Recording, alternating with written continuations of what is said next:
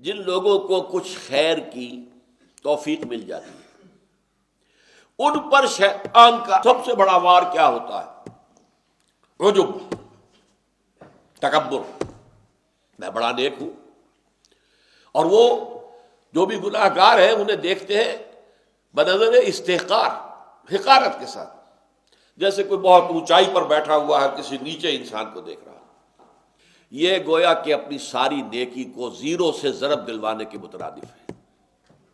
کہیں عجب اور تکبر پیدا نہ ہو جائے. اعجاب المرء بنفسہ وہی اشدہن، ایک حدیث کے الفاظ آئے ہیں ثلاث منجیات و ثلاث مہلکات. تین چیزیں ہیں نجات دینے والی اور تین چیزیں ہیں ہلاک کرنے والی. نجات دینے والی چیزیں فتقوی اللہ فی السر والعلانیہ، اللہ کا تقوی ہر کھلی اور چھپی حالت کے اندر، چاہے تخلیے میں ہو چاہے کئی لوگوں کے درمیان ہو، تقوی رہے.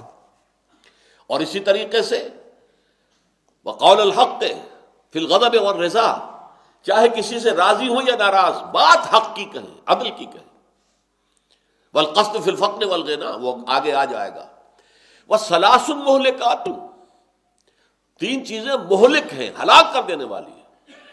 وہ کیا ہے؟ فاما المہلکات فہوی متبع، ہوائے نفس، نفس کی خواہش، ایڈ اینڈ لیبیڈو، اس کا جو تقاضا آئے اس کی پیروی کر رہا ہے انسان، اس کے پیچھے چلا جا رہا ہے، ہلاک کرنے والی شے. وشح مطاع، اور دل میں مال کی محبت اتنی ہے کہ اسی کو لے کر بیٹھا ہوا ہے، اسی کا پیچھا کر رہا ہے. اس کی زندگی میں بس ایک ہی قدر ہے، ایک ہی ویلیو ہے کہ دولت سمیٹ لے جتنی سمیٹنی ہو. وہ اعجاب المرء بنفسہ، اور انسان کا اپنے آپ کو کچھ سمجھنا، اپنے آپ کو عالم سمجھنا، اپنے آپ کو کچھ اور سمجھنا، بڑا سخی سمجھنا، بہت نیک سمجھنا.